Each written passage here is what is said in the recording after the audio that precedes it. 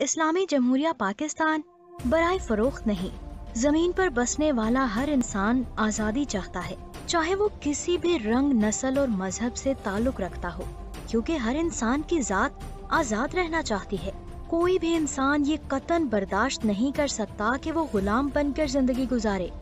زندگی صرف ایک ہی ہوتی ہے، اور اگر کسی کی زندگی غلامی میں بسر ہو تو پھر اس زندگی کا کیا فائدہ؟ دنیا کی تاریخ آزادی حاصل کرنے والی بے شمار قوموں سے بھری پڑی ہے، جن پر سامراجوں نے آ کر الگ الگ ادوار میں حکومتیں قائم کی اور پھر مظالم کرنے کی کوششیں کی۔ چند برسوں تک، یا ایسا کہہ لیجئے کہ چند دہائیوں تک، ان مظلوموں نے سامراجوں کے ظلم و ستم کو برداشت کیا، مگر ایک وقت ایسا بھی آیا کہ ان کے سینوں میں موجود لاوا پھٹ پڑا، اور وہ جب ریئیکشن کی شکل میں سامراجوں کی نظروں میں آیا تو سامراجوں کو ان کی سرزمین سے اپنی جان بچانا بھی مشکل ہو گیا۔ اسی طرح کی تاریخ ہمارے پیارے وطن پاکستان کی بھی ہے۔ برِ صغیر میں انگریز صرف اس وجہ سے آیا تھا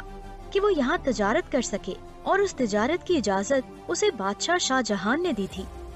مگر تجارت کرنے کی وجہ سے وہ معاشی طور پر اتنے مضبوط ہوتے گئے کہ انہوں نے برِ صغیر پر اپنا تسلط قائم کر لیا، اور یہ ہم پر ناجائز طریقوں سے مسلط ہو گئے۔ برِ صغیر کے باشندوں نے انگریزوں کی غلامی کو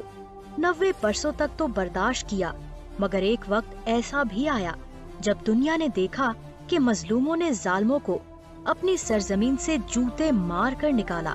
برِ صغیر میں مسلمانوں کو سب سے بڑے مسائل یہ درپیش تھے کہ وہاں مسلمانوں کو مذہبی آزادی میسر نہیں تھی۔ اس کے علاوہ علامہ محمد اقبال جیسے عظیم الشان مفکر نے مسلمانوں کے دل و دماغ میں اسلام کو بطور دین ایسا شاندار طریقے سے زندہ کر دیا تھا کہ مسلمانوں کے دل ایمان کی طاقت سے منور ہونا شروع ہو گئے۔ جب مسلمانوں کے دلوں میں ایمان کی شدت بڑھنے لگی، اور اس کے علاوہ جب مسلمانوں کو برِ صغیر میں اپنی مذہبی آزادی میں مشکلات درپیش آنے لگی، تو اس وقت انہوں نے اپنے الگ وطن ہونے کا مطالبہ کیا، جو 27 رمضان المبارک 1366 ہجری میں مارز وجود میں آ گیا۔ اس وقت کے مسلمانوں نے یہ سمجھ کر پاکستان جیسی پاکیزہ سرزمین حاصل کی تھی کہ وہ انگریزوں کے جسمانی اور ذہنی غلامی سے آزاد ہونے کے علاوہ اپنی سرزمین پر خلافت راشدہ جیسا نظام قائم کر سکے، اور پاکستان کے مسلمان انگریزوں کی غلامی کو دل و دماغ سے جڑ سے اکھاڑ کر پھینک دینا چاہتے تھے۔ برِ صغیر سے انگریز تو چلا گیا، مگر اس نے اپنے چیلے وہیں چھوڑ دیے جو بعد میں ان کے لیے کام کرتے رہے، جنہوں نے ہمیں جسمانی طور پر تو آزاد کر دیا، مگر وہ لوگ ہمیں ذہنی طور پر آزاد کرنے کے لیے بالکل بھی تیار نہیں تھے، کیونکہ انگریز یہ بات بہت اچھی طرح سے جانتا تھا کہ محمد اقبال کا فلسفہ برِ صغیر کے مسلمانوں کو اچھی طرح سے سمجھ میں آ چکا ہے۔ اگر وہ اپنا الگ وطن بنا کر اس میں خلافت راشدہ کا نظام قائم کرتے ہیں تو یہ نظام ان کے لیے بہت بڑی مصیبت کھڑی کر دے گا، اور اسی نظام کی وجہ سے انگریز مسلمانوں سے بہت زیادہ ڈرتے ہیں۔ اگر خلافت عثمانیہ کی بات کی جائے تو خلافت عثمانیہ کا نظام ختم کرنے کی وجہ بھی یہی تھی کہ وہ اس نظام سے بہت زیادہ ڈرتے ہیں جس میں قتل کے بدلے سر قلم کر دینا، چوری کرنے پر ہاتھ کاٹنا، جھوٹ بولنے پر زبان کاٹنا، اور زنا جیسے غلیظ گناہ پر رجم کی سزائیں شامل ہیں۔ میں ایک بات یہاں واضح کر دوں کہ پاکستان نہ تو انگریزوں کی جاگیر ہے اور نہ ہی ان کی اتنی اوقات ہے کہ وہ ہم پر حکمرانی کر سکیں۔ ہم ایک آزاد قوم ہیں، اور ہم آزاد ہی رہیں گے۔ ہمارا مذہب اسلام ہے، اور ہم اس سرزمین پر خلافت مصطفیٰ صلی اللہ علیہ وآلہ وسلم کا نظام قائم کر کے ہی دم لیں گے۔ وہ وقت دور نہیں جب ہم اس سرزمین پر خلافت راشدہ جیسا عظیم الشان نظام قائم کر کے دنیا کو یہ بتا دیں گے کہ اسلام دہشت گردی کا نہیں، بلکہ اسلام ایک مکمل پرسکون اور امن کا درس دینے والا مذہب ہے۔ یہ چاہے جتنی مرضی سازشیں کرتے رہیں اور دنیا میں اسلاموفوبیا جیسی بیماریاں پیدا کر کے کبھی بھی اپنے خطرناک منصوبوں میں کامیاب نہیں ہو سکیں گے۔ ہم نے یہ وطن ان کی ذہنی غلامی کرنے کے لیے حاصل نہیں کیا تھا، اور نہ ہی ہم ان کے کوئی پابند ہیں کہ یہ جو بھی کہیں، جو بھی ہم پر حکم چلائیں اور ہم ان کی تکمیل کرتے جائیں۔ اگر انہوں نے ہمیں یورپ سے بیٹھ کر ہی کنٹرول کرنا تھا تو پھر پاکستان بنانے کا مقصد کیا تھا؟ ہم اتنے بے وقوف اور جاہل نہیں ہیں کہ ہم ان کی سازشوں کو سمجھ نہ سکیں۔ ہمیں 75 برس تک ان کی ذہنی غلامی کرنے پر مجبور کیا گیا، اس کے نتائج ہمیں آج